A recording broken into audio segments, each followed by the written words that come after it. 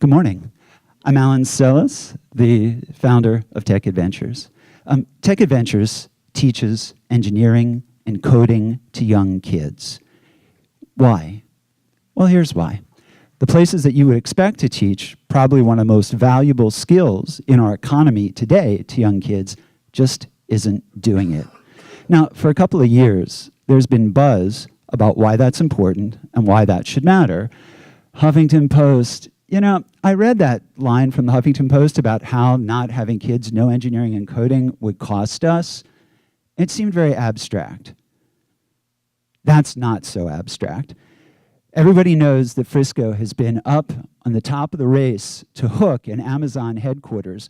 Construction costs be about $5 billion. And if you look at about the average salaries of people they're going to hire, that's another $5 billion a year of money pouring into North Texas. So how do you get to the top of that list? Well, CBRE did a ranking of cities with that pretty much sorted them by tech talent.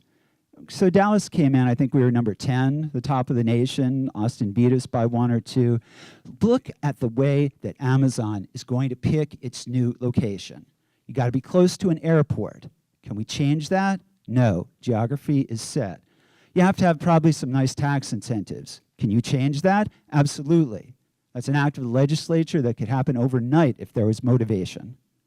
You have to have a well-qualified workforce that can serve their needs. Can you change that? Room? Yes, but. Yes, but it takes a couple of years.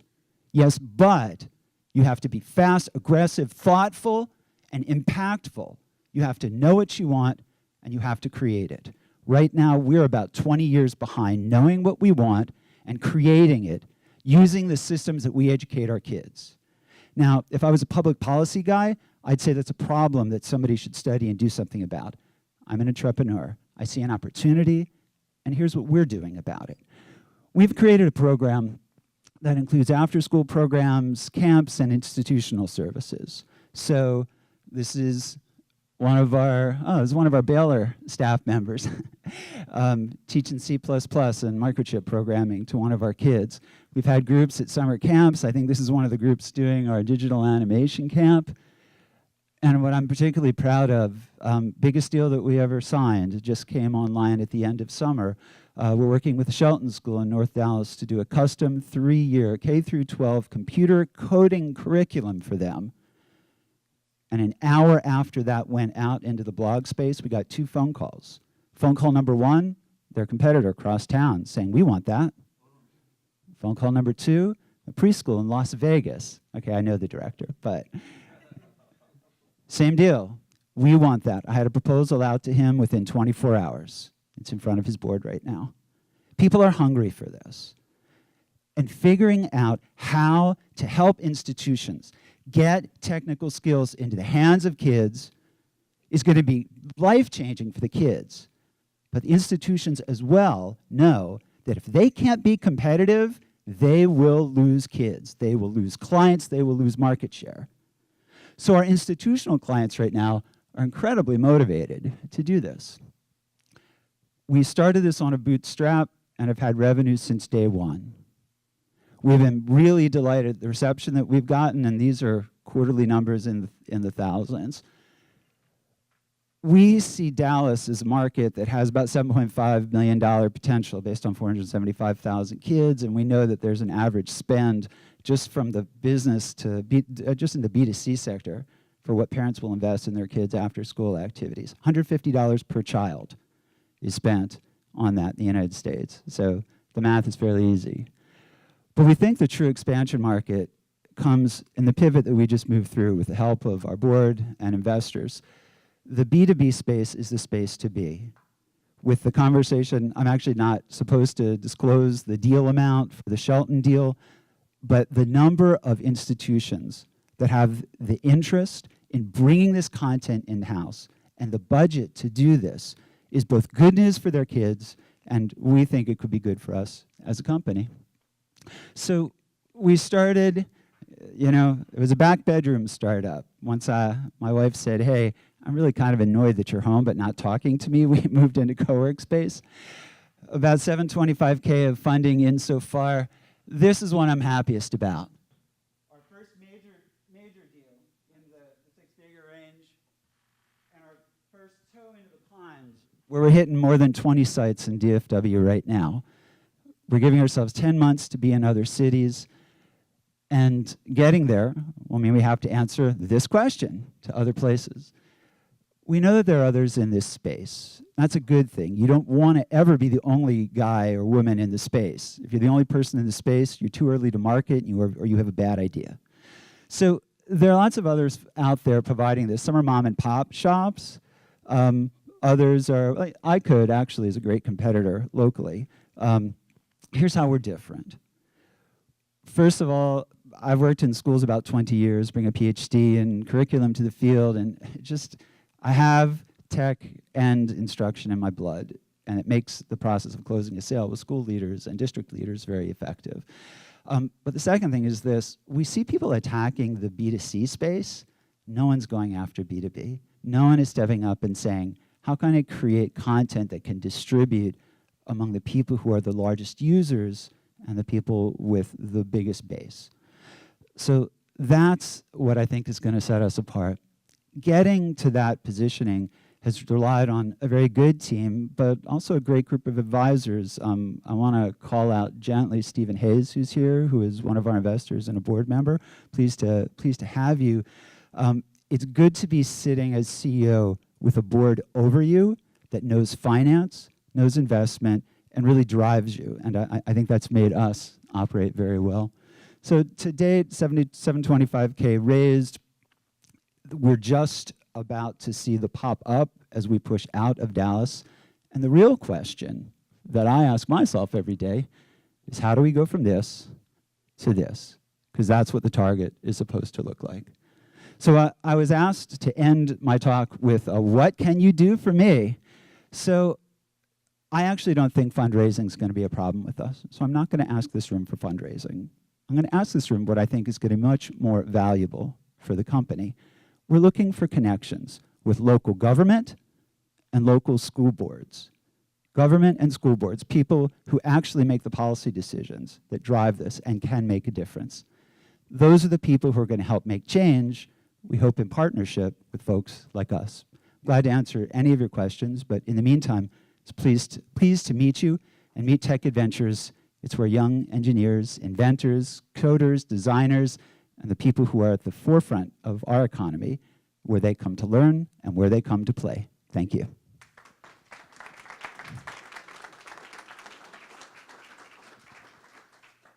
That was awesome. You're going to be like such an awesome motivational speaker if you aren't already. I'm assuming you are. Let me sell exit after the exit. We'll do that. You did steal my thunder on my last question, though. I've had to get on to people about that. So I was. You didn't need to clap me off the stage, too. I was going to ask him what can the community do, but he's already answered that. But we're still going to start our Q&A. So we'll have 14 minutes for Q&A. And I will come out to you. If you have a question, just raise your hand. And please don't start speaking until you receive the microphone. We're recording this session. If you start talking beforehand, all of your audio will not be captured. And we want to make sure that we have everything within our recording. So with that, we'll go ahead and start the Q&A now.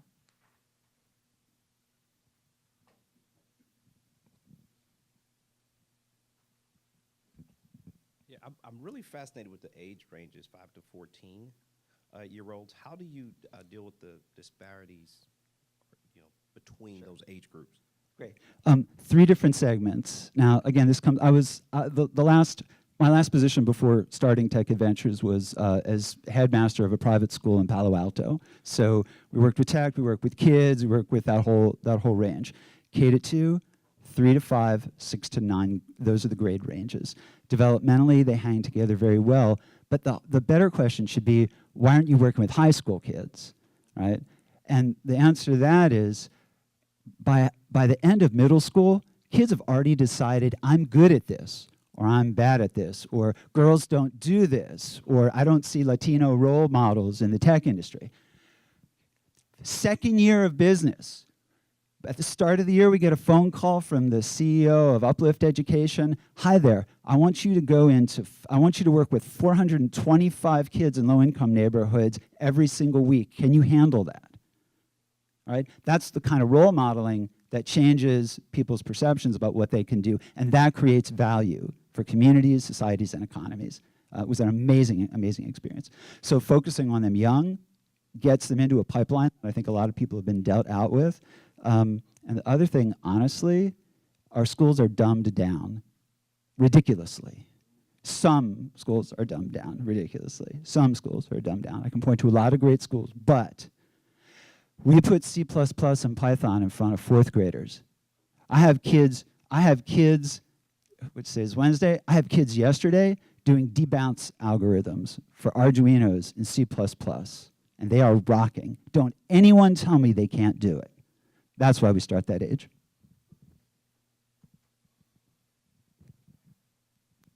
So you said the biggest market was to be B2B. What sort of businesses are you looking to approach in that? So we've had really wonderful conversations with large private schools and charter schools.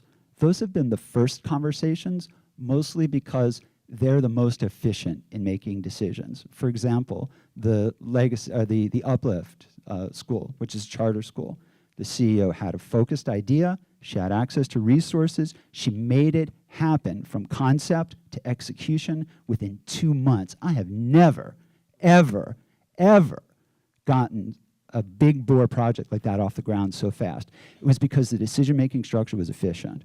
And we find simply that just because of the governance issues, private schools and charters can do that. That's not to be said that it can't be done. In the public school space, our first point of entry is with PTAs, because usually, and we found this in Frisco, we're vetted now to go into, we're in Sunnyvale, we're in Richardson, ISD, Plano, we can come in at, so there's some hoops we have to jump through as far as background clearance. Still, the site-based people can make decisions that can be actioned within a month or two.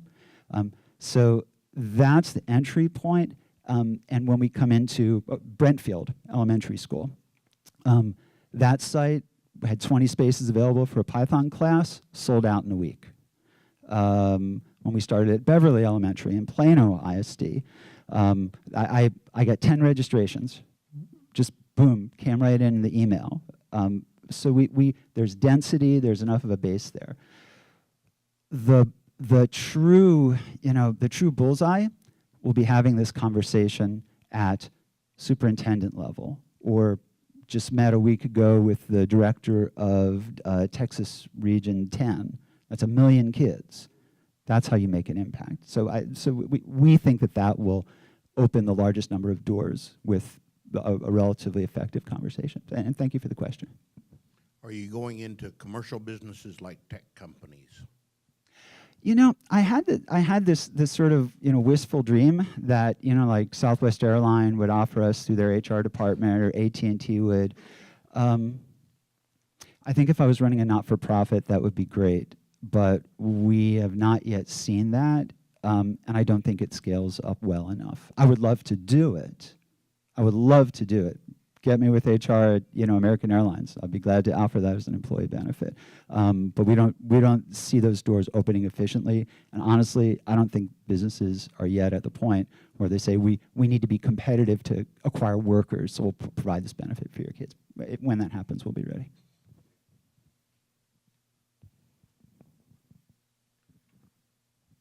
Hi. I'm wondering, how long did it take you to develop your curriculum and your pricing structure based on your competition?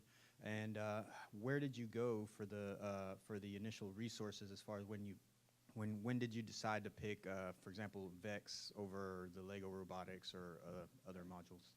Let me start with the last part of the question. It's very interesting. Everything that we do is driven by good education thinking. So the robotics platform that we use, for example, there are two. One's made in Switzerland, and the other is VEX, which is a local company out in the Euless area. Well, we picked the robot because it has the best software that teaches coding associated with it. I don't want to throw it, but like here's a building project, go build it. The creativity comes when you build a machine, connect it to a problem, iterate how you want that to develop, and write code to make the machine work. If you can't do all of those together, then you're just a cog in somebody else's machine. If you learn at a young age how to make that whole process work, then you've learned design thinking. That is why we picked the particular equipment that we picked.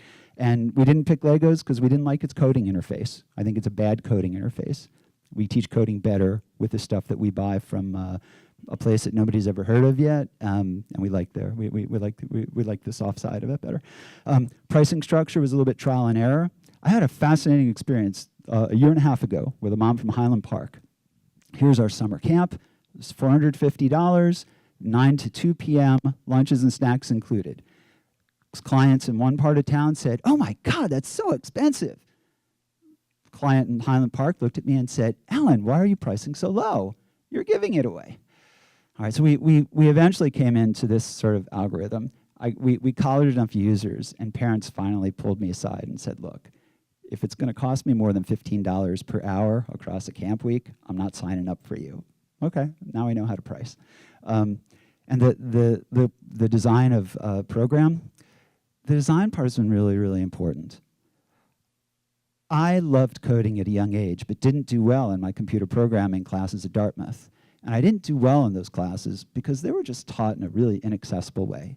So we backed up and we did another design, user-centered experiment. And we said, okay, look, people who actually code, how do they learn how to code? They don't go to a lecture. They hack away at code. They play with it. So there's this new wave of teaching thinking, which is that you turn the classroom upside down, you turn the teaching process upside down. So the first thing that we'll do when we're teaching your hello world statement in Python to a group of third graders, we'll say, here's the code, play with it, break it, mess with it, hack it, come back to us and tell us what you find. When they come and say it doesn't work, I say, oh, good, you have a bug. Can anybody fix this? That's how you learn how to code. We built the entire program backwards. So you do stuff first, and then you talk about why it works. So this doesn't exist. It doesn't exist. That's why we're in the state we're in. We're creating something that we think is new, we think is really valuable for the market. Hi. Is this all parent-paid programs, or are school districts interested in bringing it to disadvantaged kids whose parents maybe can't afford to send kids to $500 camps? So it depends on the client. And the operative question, again, as entrepreneurs for small business, who is the user? Who has the checkbook? You always want to be focused on these two things. If you're not, your business is going to die. So in the case of the PTA-based ones, it's an interesting setup. There's a leader who's the gatekeeper, but ultimately the parents are the ones who take out the Visa cards and register. Not so in the case of the charter school or the private school that we're working with now. There, it's a straight institutional contract. So basically, it's a balance. I think that the business will grow best if we're packaging a set of services. There's an institutional user and a contract that guarantees payment no matter how many kids show up with the institution, and so do my investors, actually. But that said, the other challenge for us has been to only sell things that we know will have traction. So this coding class has been a repeat sellout. Just we have to turn kids away. We waitlist kids. And it's because no one's doing it or no one's doing it well. And that is the jujitsu that we do constantly.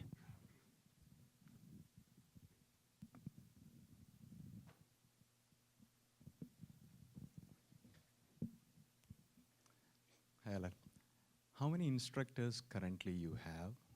Question number one. How are the instructors trained? And as you plan to scale beyond Dallas, what's the strategy of acquiring those instructors and training them? Right, great.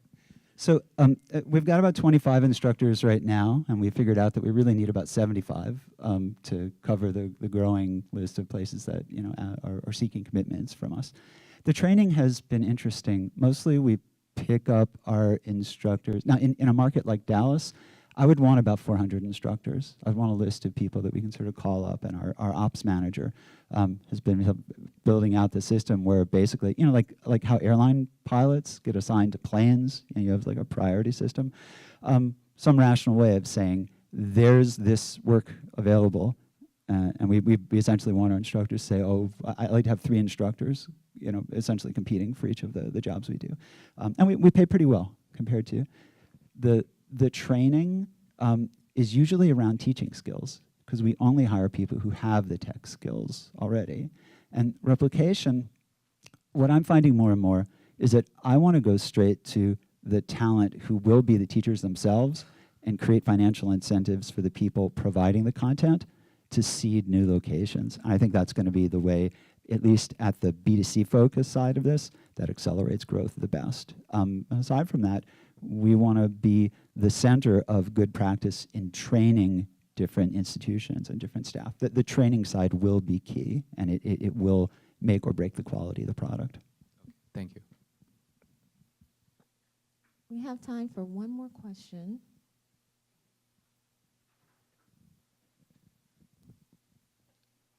How secure is the application? How secure is the what? Application. So tell me what you mean. Security measurements. What measurements did you take for security? Oh, the so hackers? okay. There are, if you're working with kids, so I presume you're talking about kids' data and things like that. Okay, so we work with a system that has, there's actually some federal law about kinds of data measures that you have to take to protect the privacy and identities of kids. So basically, we outsourced any systems that handle protected information to someone that does it on large scale. They're called Active Networks. They're a Dallas-based company, and they do camps and classes and registrations globally. But they have, you know, triple firewall, layers of lockdown, and enough protection to keep us compliant with what we need to do. And thank God we're not Equifax. That's all I have to say. Thank you, Alan. Your presentation was awesome. I thought it was very educational. Thank you so much. Very impactful. I'm gonna leave. I'll be hanging around afterwards, and I just, if you want to check out what we do with our kids, I'm leaving a set of camp brochures from last summer, so you can see the crazy things we do with our folks. Thank you. Thank you so much.